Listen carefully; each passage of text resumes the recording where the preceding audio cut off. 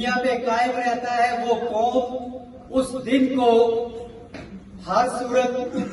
جشن کے طور پہ مناتی ہے، اور منانے کا مقصد یہ ہوتا ہے کہ ایک تو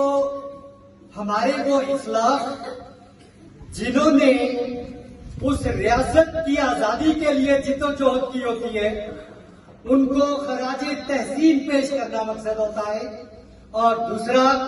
آنے والی نسل کو یہ بتانا مقصود ہوتا ہے کہ یہ ریاست بغیر خون بہائے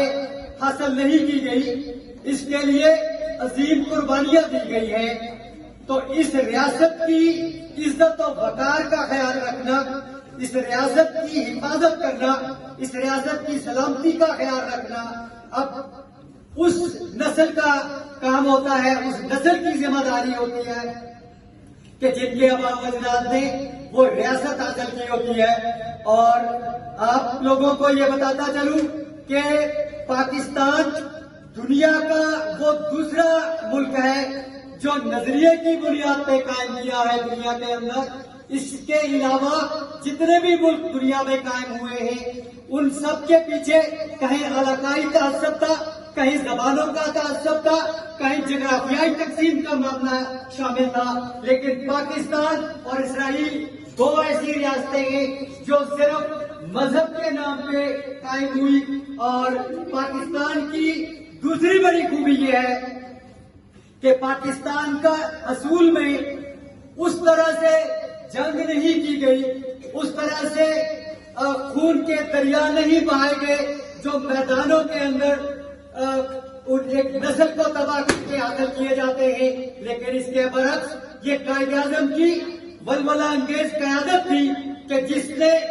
انگریز حکومت کو اور دوسری طرف ہندوستان کے ہندوؤں کو اس بات میں مجبور کر دیا کہ برصغیر ایک ریاست نہیں ہے، برصغیر دو ریاستیں ہیں، اس لیے کہ یہاں دو بڑی قومیں آباد ہیں، ایک ہندو اور دوسرا مسلمان، اور ان دونوں کے معیارات الگ الگ ہیں، ان دونوں کی رسم و رواج الگ الگ ہیں، ان دونوں کا مذہب الگ الگ ہے، ان دونوں کی اچھائی اور برائی کا معیار الگ الگ ہے، لہذا یہ ممکن ہی نہیں ہے کہ یہ دونوں قومیں ایک ساتھ اکٹھی چل سکیں۔ اور اسی موقف کو تسلیم کرتے ہوئے بالآخر جب انگریزوں نے برصغیر کو چھوڑنے کا فیصلہ کیا تو انہوں نے مسلمانوں کے اس مطالبے کو تسلیم کر لیا، اور بالآخر 14 اگست 1947 کو جا کے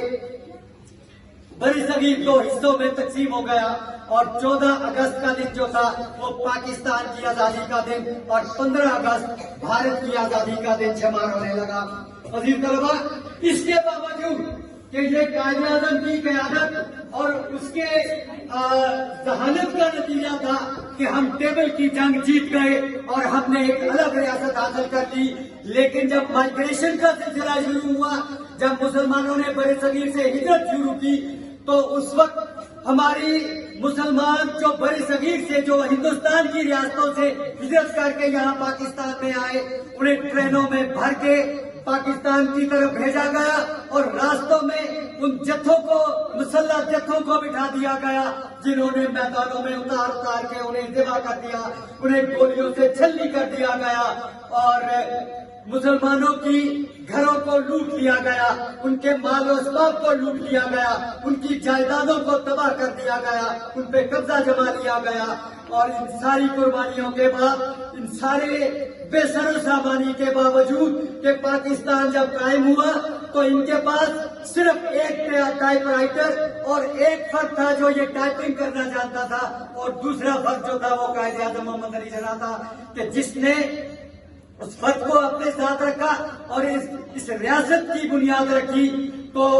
برصغیر کے ہندوؤں کا یہ خیال تھا کہ یہ ریاست، اور انگریزوں کا بھی یہی خیال تھا کہ یہ ریاست زیادہ سے زیادہ 1 ماہ تک رہے گی، جو جذبات کی بنیاد پہ حاصل کی گئی ہے ان کا یہ خیال تھا، اور اس کے بعد یہ ریاست ختم ہو جائے گی۔ اور خود